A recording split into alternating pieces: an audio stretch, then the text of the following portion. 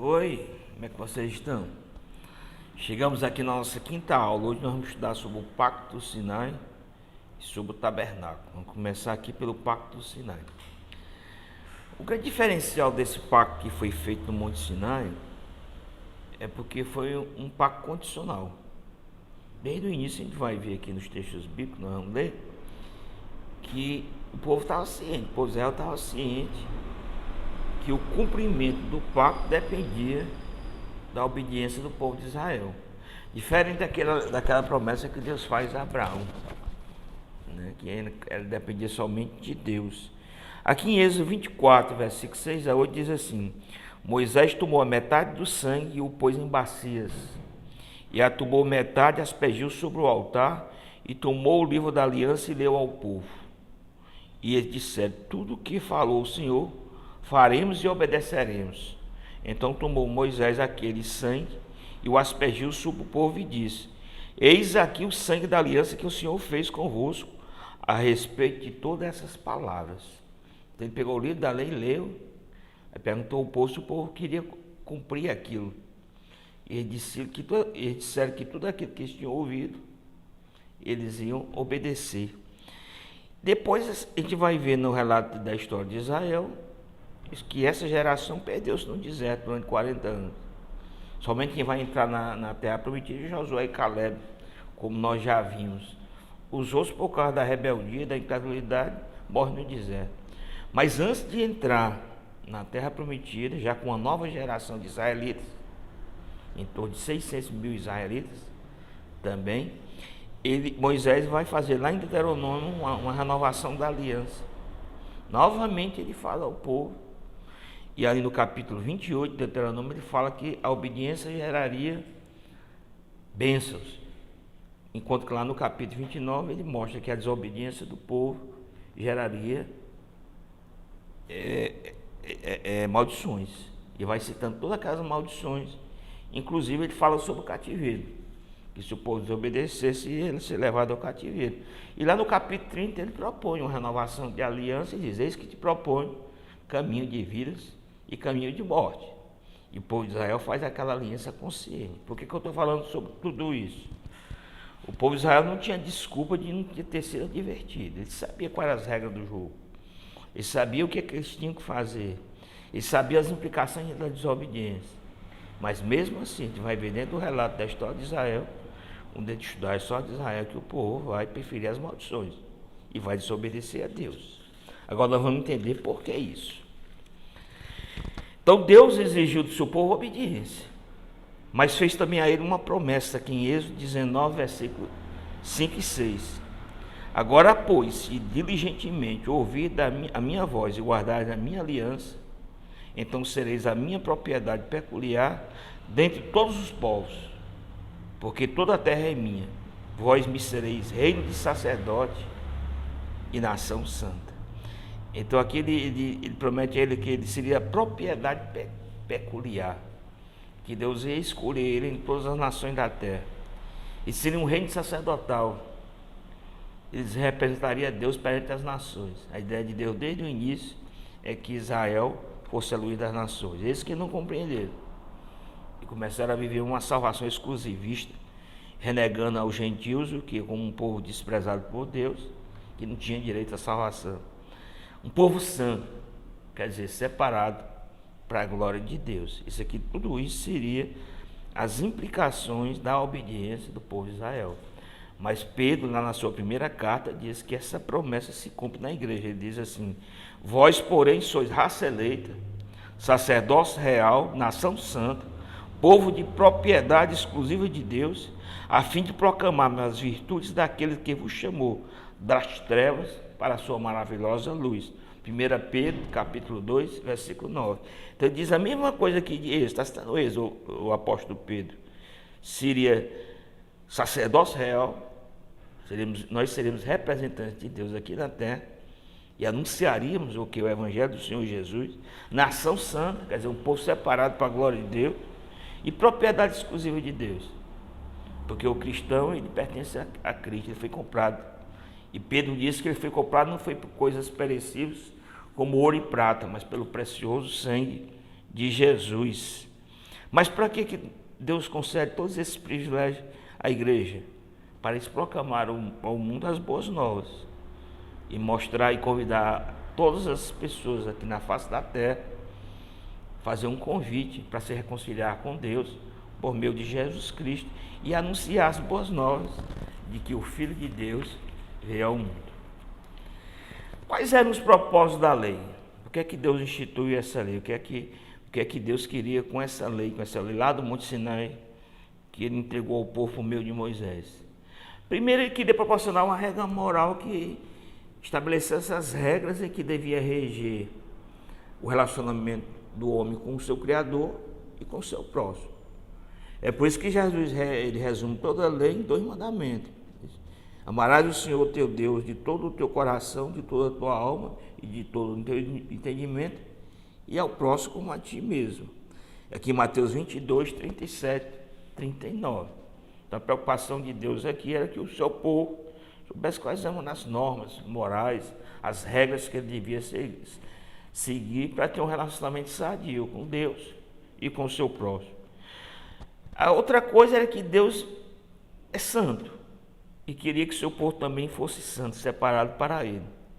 Fosse separado das nações e fosse um povo onde Deus pudesse manifestar a sua glória. E por fim, a lei serviu para uma coisa, para mostrar a incapacidade humana de cumprir a lei de Deus, porque ninguém cumpriu a lei. E ali mostrou que a humanidade estava num estado pecaminoso, refém do pecado, prisioneiro da lei do pecado e da morte, e que pelo seu esforço próprio eles não teriam condição de se libertar dessa escravidão. Então, para entender a graça, entender que precisava que Deus mandasse o seu Filho Jesus, como Filho do homem, como homem obediente ao Pai, para que oferecesse um sacrifício perfeito, por meio do qual nós podemos ser salvos. Então, esse pacto no Sinai, Deus já sabia, de antemão, que ninguém cumpriria. Como ainda hoje, se você pensa que vai chegar a Deus, mediante o seu esforço próprio, o seu caráter, as suas virtudes, você vai ver que você vai continuar sendo um transgressor da lei, porque a lei de Deus é perfeita e nós somos pecadores. Todo dia nós desobedecemos a Deus, mas aí Deus quer mostrar o quê? Que aí precisa o quê? Uma ação de Deus, que é necessária a graça. Por isso que a salvação não é pelas obras, é mediante a graça, por intermédio da fé no sacrifício perfeito de Cristo. O cristão não tem justiça própria, ele tem a justiça de Cristo. Aqui em Gálatas capítulo 3, versículo 24 e 25, o apóstolo Paulo nos mostra bem claro isso aí. De maneira que a lei nos serviu de aio para nos conduzir a Cristo, a fim de que fôssemos justificados pela fé. Mas tendo vindo a fé, não permaneceremos subordinados ao aio. O que é que Paulo está dizendo? Primeiro a gente tem que entender o que é aio. Aquelas famílias ricas, eles tinham o aio, era uma espécie de mestre, de professor, que educava os filhos até que eles chegassem à maioridade. Então o aio era um instrutor, era um mestre.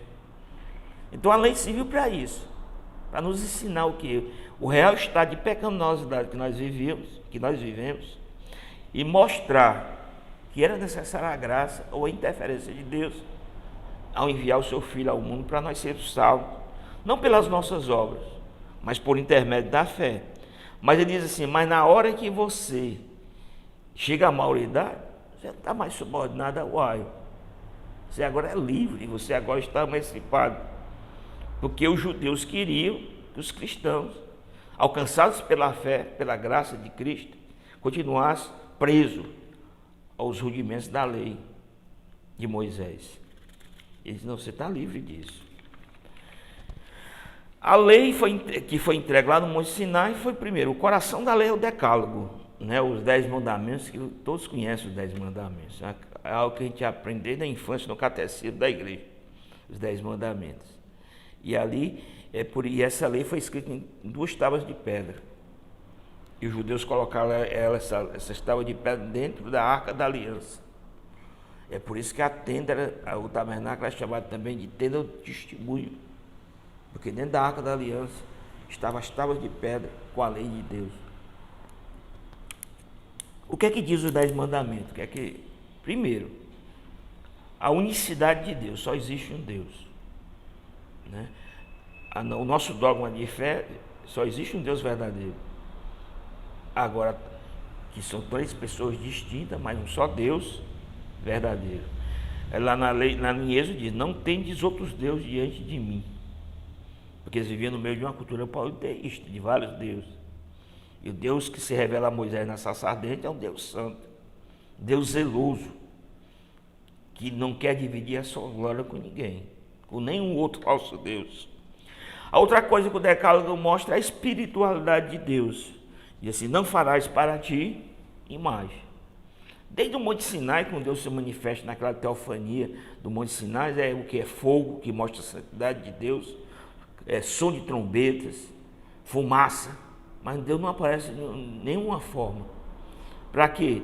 Para que o homem não fosse para a idolatria de querer construir imagens, porque Deus é Espírito. Não existe nada nos céus e na terra que possa representar Deus. Deus é maior do que tudo aquilo que Ele criou, e Ele é Espírito. Jesus reforça muito isso lá em João, capítulo 4, versículo 24, quando Ele diz: Deus é Espírito, e importa que os seus adoradores o adorem em Espírito e em verdade. Nós não podemos construir imagem de Deus. Nós temos que evitar até imagens mentais. Que agora, às vezes, a gente fala assim: o Pai, Deus Pai. A gente pensa no velhinho de barba branca. Jesus, tem as gravuras que representam Jesus. O Espírito Santo é mais difícil você restringir uma forma. Mas há alguns que até o Espírito Santo coloca uma forma. Porque o homem quer sempre definir as coisas através de seus sentidos, através de forma. Mas Deus é Espírito. Nós temos que adorar a Deus em Espírito, em verdade, e com essa consciência que não há nada nos céus e na terra que possa representar o nosso Deus. O 10 mandamentos mostrava a santidade de Deus. Não tomarás o nome do Senhor, do teu Deus, em vão. Hoje a gente vê tantas pessoas usando o nome de Deus em vão, para defender os seus interesses próprios. Os judeus tinham um cuidado tão grande que eles não pronunciavam o nome de Deus, né? O Yahvé. A gente sabe a pronúncia do nome de Deus exatamente por isso. Porque até o ano 900 depois de Cristo não existia vogais, não existia vogais no hebraico, não tinha vocalização do hebraico. E as vogais é que dá o som. Essa palavra Yahvé, Javé, Jeová, pega as palavras, as vogais de Adonai, que quer dizer o Senhor, o nome de Deus.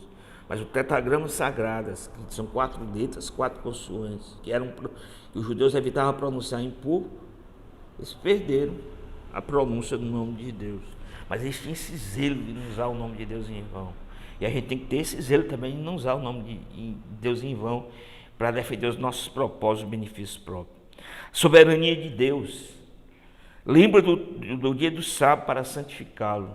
Não é tanto como algumas pessoas ainda hoje querem guardar, porque todos aqueles rituais do sábado, não fazer nenhum esforço humano. O sábado que está por trás do sábado é uma lei moral de quê? De você aprender a descansar, confiar em Deus, entender que Deus é o teu provedor. E ter tempo para adorar a Deus. Tem que tirar o sábado, ou o sábado para nós são todos os dias, todos os momentos da nossa vida. Mas não podemos entrar num ativismo que nós não temos tempo para adorar o nosso Deus, para meditar nas Sagradas Escrituras. Porque nós sabemos que não é desperdício de tempo. As pessoas têm uma ideia muito grande, as pessoas do Ocidente, que tudo que você faz às vezes de ir para a igreja é perder tempo. Você vê os alunos, né, os estudantes, nossa igreja que tem alunos muito bem aplicados, estudiosos, glória a Deus por isso. Mas eles têm que saber uma coisa: o tempo que ele vem adorar a Deus, o tempo que ele vem se congregar, o tempo que ele lê a Bíblia, que ele não é desperdício, o tempo que ele ora, porque nós temos que recarregar as baterias espirituais, nós temos que estar em comunhão com Deus e com os nossos irmãos, para a gente deixar com que toda a nossa capacidade que Deus nos deu, intelectual, mental, se aflore de uma forma poderosa e nós possamos ser excelentes profissionais, excelentes pessoas, para a glória de Deus. Respeita aos pais, honra o teu pai e a tua mãe, é o único mandamento que tem promessa. Diz que se fizer isso, os teus dias se prolongarão sobre a face da terra. O bom filho, ele é sempre abençoado por Deus, não tenha dúvida disso. E nós temos que honrar o nosso pai e a nossa mãe. A vida humana é sagrada, não matarás. O aborto é errado, a eutanásia é errado. você matar as pessoas, defender pena de morte é errado, porque às vezes as pessoas veem não matarás somente em relação ao aborto, mas esquece também um discurso de ódio, quando eu propago a violência, a maldade contra o meu próximo, eu estou matando o meu próximo. A Bíblia diz que até no Sermão do Monte que a gente não deve nem chamar os irmãos as pessoas, o nosso próximo de tolo, de otário. Tem que cuidar até com as palavras. Mas hoje a gente vê as pessoas às vezes com discursos de ódio. Bandido bom é bandido morto. Eu penso assim, opinião minha. Só Deus dá e só Deus tem direito de tirar a vida. É uma área em que Deus não delega a ninguém. O Estado tem que ter outras formas de controle contra a violência, mas não tirando a vida das pessoas, não defendendo a vida das pessoas, não achando que as pessoas não têm mais jeito.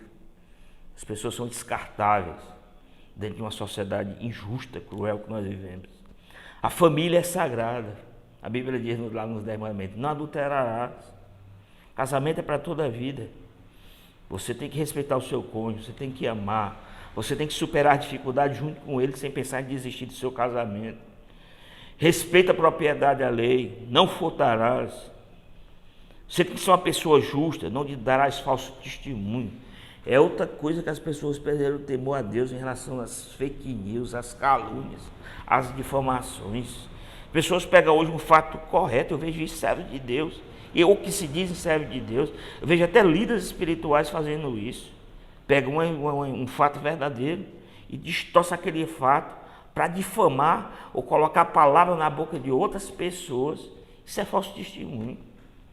Isso é um pecado terrível, a difamação, falso testemunho. A gente tem que evitar, tem que ter cuidado sobre isso. E o controle dos desejos, não cobiçarás. Esse que é o mais difícil. Todo pecado começa na cobiça.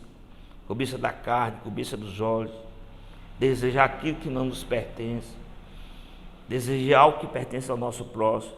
Todos os pecados começam da cobiça. Em relação à lei, para a gente concluir aqui, o Pacto do Sinai, existe uma grande dúvida e que às vezes as pessoas não entendem em relação ao seguinte. Lá no Sermão do Monte, Jesus disse assim: não penseis que eu vim revogar a lei ou os profetas. Não vim para revogar, vim para cumprir. Porque em verdade vos digo, até que o céu e a terra passem, nenhum i, nenhum tio, jamais passarão da lei, até que tudo se cumpra. Na igreja primitiva, existiam aqueles que queriam estabelecer a lei para os gentios que se convertiam ao cristianismo.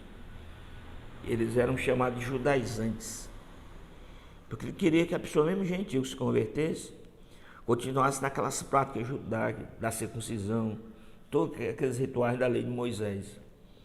E o apóstolo Paulo se levanta exatamente contra isso, porque ele diz que a lei de Cristo não traz a pessoa aqueles rudimentos do judaísmo. Aí as pessoas acham, muitas pessoas acham, que por isso a lei de Deus ela não deve ser cumprida.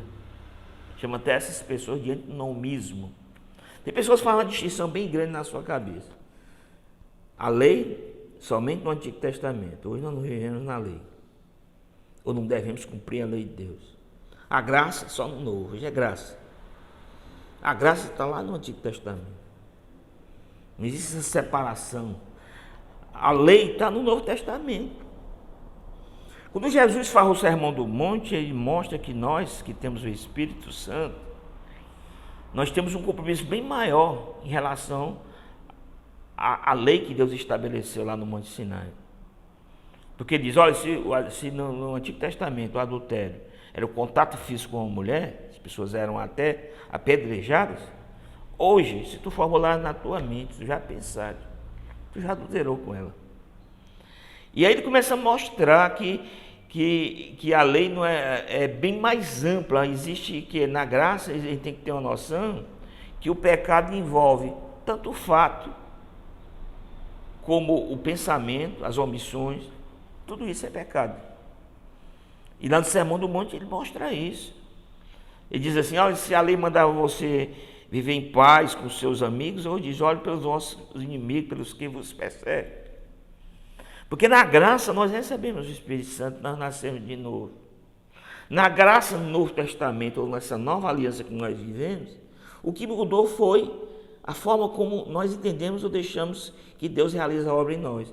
Enquanto os judeus pensavam que tudo era pelo esforço próprio dele, pelas obras dele, nós entendemos que tudo é pela ação do Espírito Santo. Mas se eu recebo o Espírito de Deus, que é o Espírito de Santidade, que ele habita em mim, vai mudar a minha natureza. Ele vai mudar a minha mente, a minha forma de ver o mundo. Ele vai controlar as minhas emoções. Eu vou submeter a minha vontade à vontade de Deus, para cumprir o que é que Deus disse que é correto. E aí eu existo, eu começo a cumprir a lei de Deus. Eu não vou cumprir a lei de Deus plenamente, porque eu sou um pecador.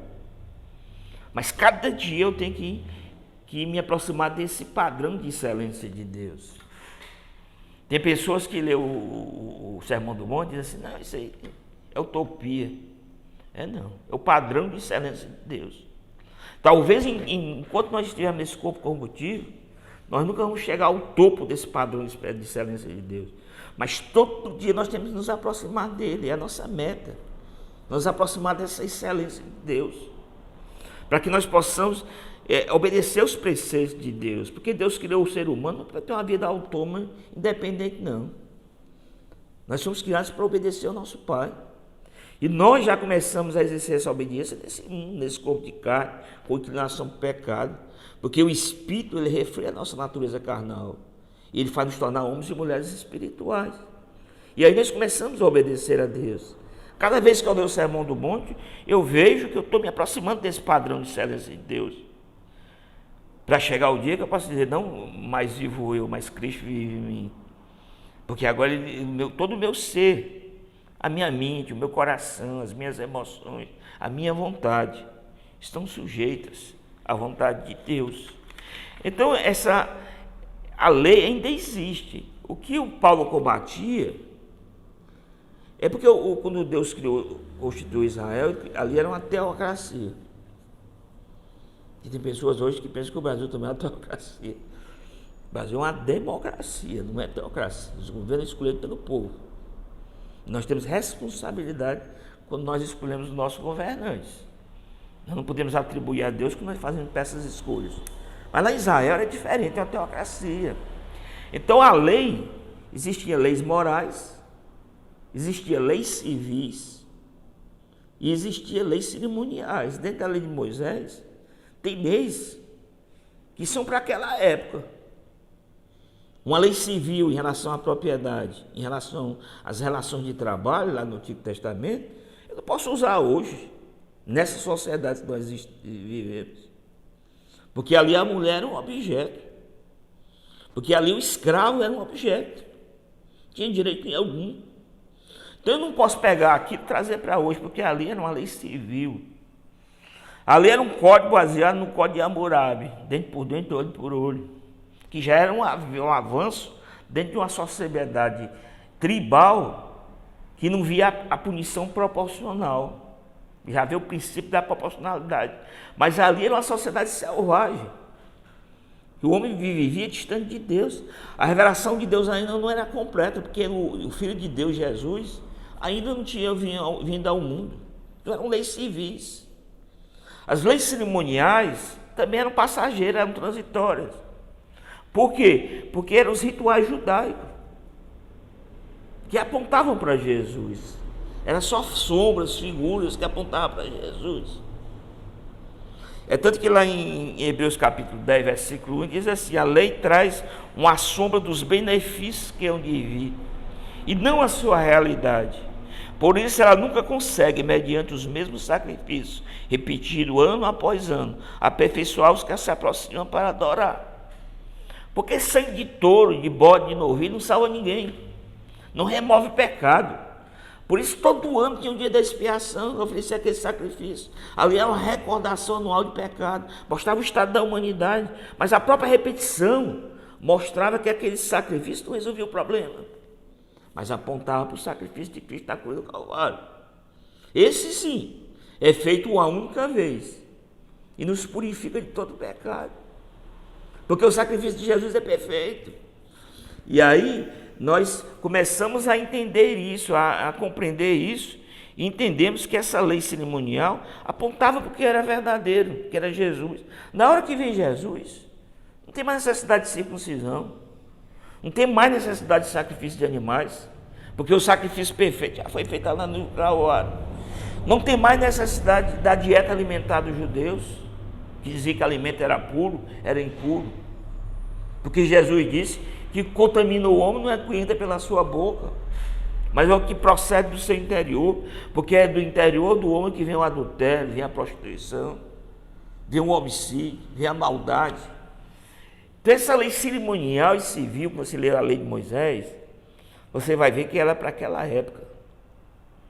O que você vê dentro da lei cerimonial é o que aponta para Jesus ou a nova aliança. Você vê aqueles rituais animais, você tem que ligar aqui na cruz do Calvário.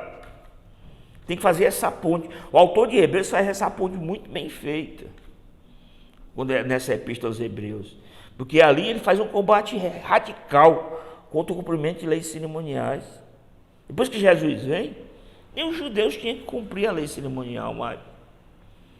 O apóstolo Paulo ele quer muitas vezes agradar os judeus, ele é mais tolerante. O autor de Hebreus é mais radical. Na hora que vem o verdadeiro, o que é sombra, o que é figura, tem que desaparecer. Não há mais necessidade disso. Mas a lei moral de Deus é eterna. Essa lei, até hoje, tem que nortear a nossa conduta. Essa lei que Jesus está falando é da lei moral. Ele está dizendo que nem um i, nem um ti passará da lei. Eu não vim revogar a lei. Eu vim para cumprir. Jesus está dizendo, já que o homem não consegue cumprir a lei, eu vou a esse mundo num corpo de carne, semelhante ao dele, com inclinação para o pecado, e eu vou cumprir a lei. Porque Jesus não pecou. Todo aquele que crê em mim vai ser salvo. Mas na mesma hora ele entende e diz o seguinte, eu não vim revogar não, eu vim cumprir. Ainda existe uma lei para o povo de Deus. Mas não é uma lei cerimonial ou civil, é uma lei moral. Está lá no decálogo, esses 10 mandamentos que nós vimos, são leis morais. Mas a guarda do sábado, na forma como alguns querem guardar aquelas cerimônias, mesmo no decálogo, você tem que aprender a depender de Deus, confiar em Deus e ter tempo para adorar a Deus. Precisa cumprir mais aqueles rituais que eram cerimoniais. Está lá no decálogo. Ou tem outros estatutos de Moisés também, da lei de Moisés, que são leis morais. Está nos profetas, está nos ensinos de Jesus, lei moral. Sermão do Monte é um exemplo de uma conduta cristã. Está nas cartas do Novo Testamento. Essas leis morais, nós temos que cumpri-las para obedecer a Deus. Quando nós errarmos, nós somos pecadores, temos que pedir perdão a Deus. Nós não podemos relativizar o que Deus diz que é correto e o que o mundo diz que é correto. Não, ninguém pode viver dessas duas linhas, não. Eu tenho que seguir a palavra de Deus, tenho que procurar ter uma vida santa, separada para Deus e viver de acordo com os ensinamentos da palavra de Deus. Então existe uma lei para o povo de Deus, bem mais rigorosa que a do Monte Sinai. Mas glória a Deus que o Espírito de Santidade habita em mim. Glória a Deus que não é pelo meu esforço, é pela minha busca e pela minha entrega. Eu quero deixar que o Espírito me transforme dia após dia. E eu quero cada dia mais me aproximar desse padrão de excelência de Deus e ter uma vida digna que glorifica a Deus. Então, leis morais são eternas. Leis civis, cerimoniais, era para aquela época, são transitórias. Vamos ver agora o tabernáculo. Foi Deus que ordenou que Moisés construísse o tabernáculo. Ele deu um modelo, a planta do tabernáculo foi dada por Deus, né? Em Êxodo 25:40, deixa bem claro isso. Vê, pois, que tudo faça segundo o modelo que te foi mostrado no monte. E ali Deus ele estabeleceu o tabernáculo terrestre, que o autor de Hebreus, lá no capítulo 8, versículo 1 a 5, diz que ele é apenas uma representação, uma figura, ou uma sombra de um verdadeiro tabernáculo celestial, onde Cristo ministra como sumo sacerdote. E quais são os propósitos do tabernáculo? A primeira coisa que Deus notou ali, a gente nota no relato de Êxodo, quando ele se manifesta do Monte Sinai, é que Deus disse que ia habitar no meio do seu povo. E Moisés, ele questiona Deus, ele intercede junto a Deus para Deus habitar no meio de Israel. Mas como é que Deus vai se manifestar e vai habitar no meio de um povo pecador? Aí ele determina as formas como as pessoas vão poder se aproximar dele. Aí surge todos aqueles rituais judaicos que vão mostrar como é que o pecador, a pessoa que ainda não existia um caminho entre o homem e Deus, antes de Cristo. Naquela época quem era o mediador era Moisés, mas como é que eles vão se aproximar de Deus? E Deus institui esses rituais judaicos, que é a forma de aproximação, que é restrita, ele nota claramente isso, e a gente vai ver aqui. E o centro da adoração é o seu tabernáculo. Então é uma maneira de Deus habitar no meio do povo de Israel.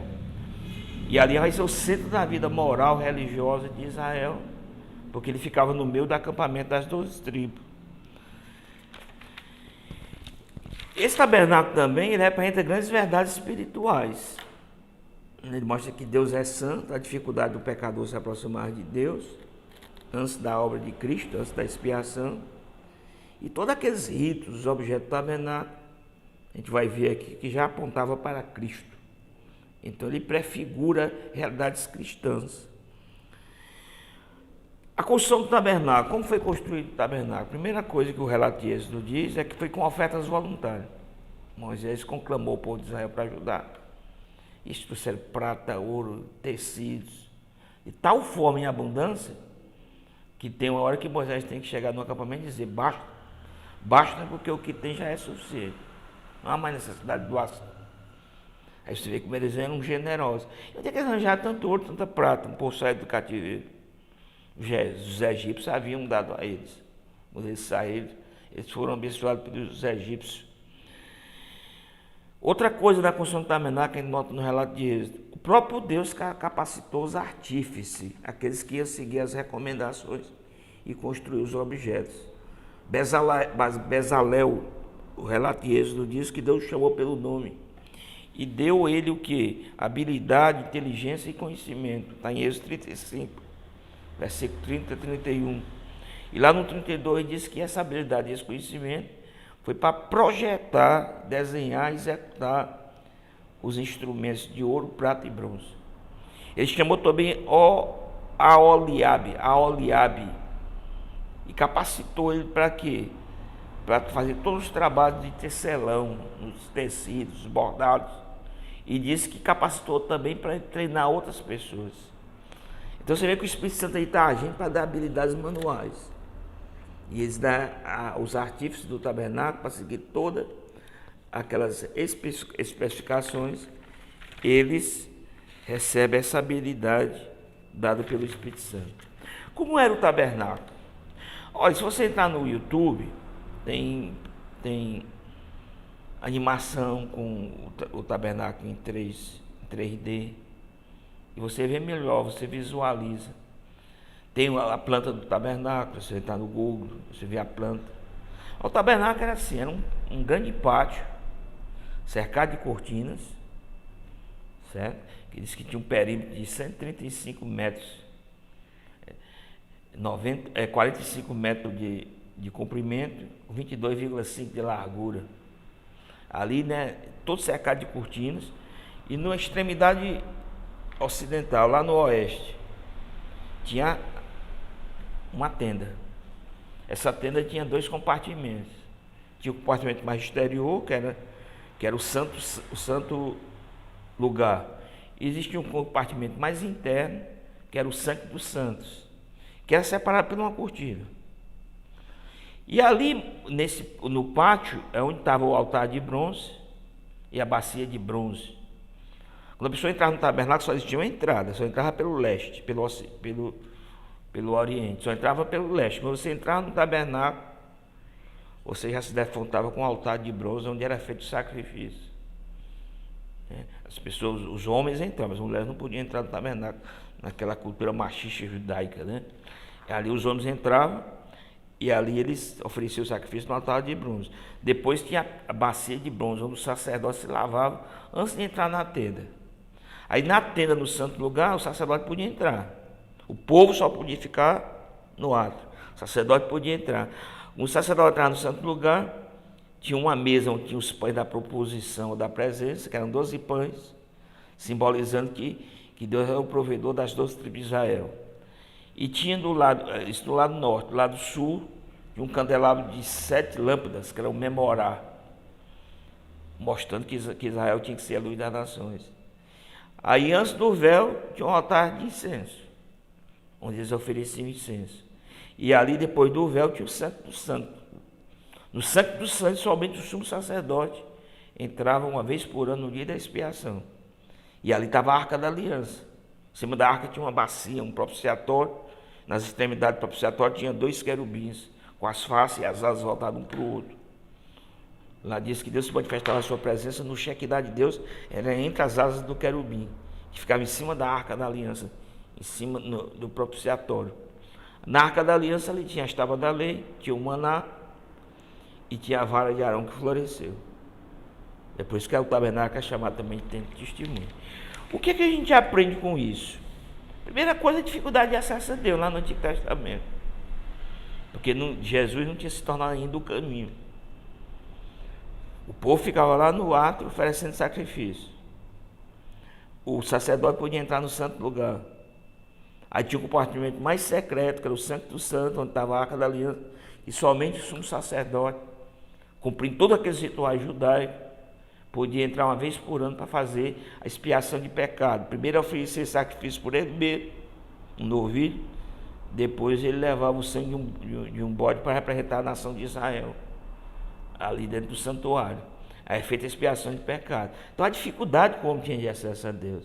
É tanto quando Jesus diz lá no relato dos evangelhos, Jesus diz, está consumado, o véu que separava o santo lugar do santo se rompe de cima a baixo, mostrando que a partir dali nós teríamos pleno acesso a Deus. Todo cristão é sacerdote. Todos nós devemos estar dentro do Santo do Santo, no lugar da presença de Deus. E há um sumo sacerdote perfeito, que é Jesus.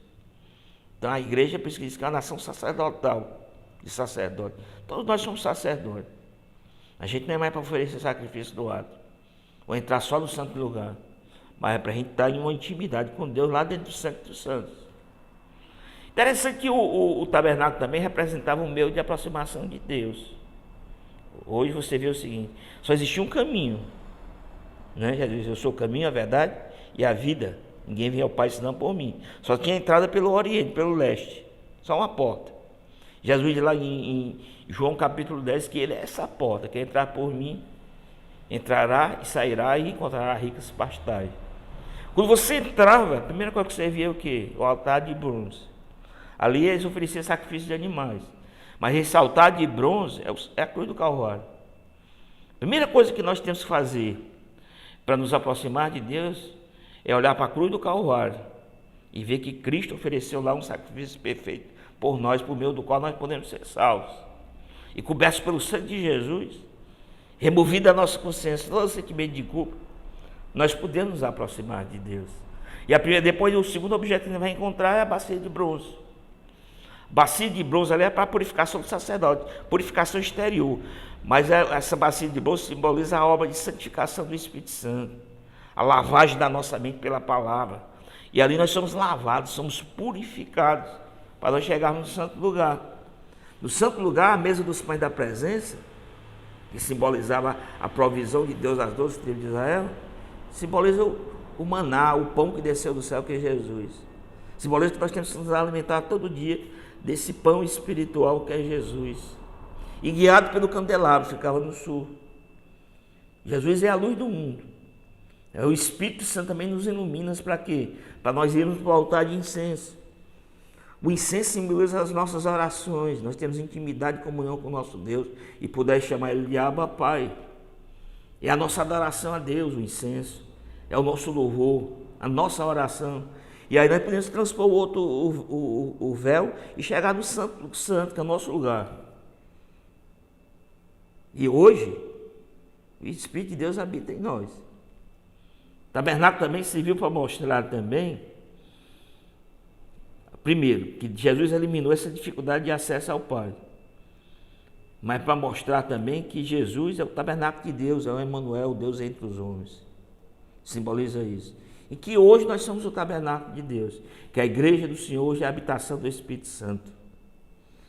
Então tudo isso mostra para essas verdades espirituais. O que nós temos que fazer? Nos prostrar diante da cruz. Primeira coisa, reconhecer Jesus como nosso Senhor e Salvador. Reconhecer que Ele é perfeito, ofereceu um sacrifício perfeito por nós. E que Ele é o nosso substituto, que morreu na cruz do Calvário pelos nossos pecados. Depois nós deixarmos que o Espírito Santo realize a obra de santificação em nós. Trabalhe na nossa vida. Aí depois nós estamos no santo lugar, nos alimentando do pão da vida, que é Cristo, guiado pelo Espírito Santo, o candelabro selâmpico. Nós podemos orar a Deus, chamar a Deus de Abba Pai. Nós podemos nos prostrar diante do nosso Deus e chegar ao Santo do Santo. E ali temos intimidade com o nosso Pai Celestial. Glória a Deus por Jesus, que providenciou todo esse meio de acesso e tirou todas as barreiras entre nós e Cristo. O cristão é sacerdote, só pastor. Todos nós somos sacerdotes, somos uma nação sacerdotal. E nós temos um sumo sacerdote, que é Jesus Cristo, o único mediador entre os homens e Deus, que veio tirar todo o muro de separação que nos separava de Deus. Então espero que você tenha gostado da aula e vamos perseverar até o fim, que vocês vão aprender cada dia mais a amar o Antigo Testamento. Que Cristo te abençoe.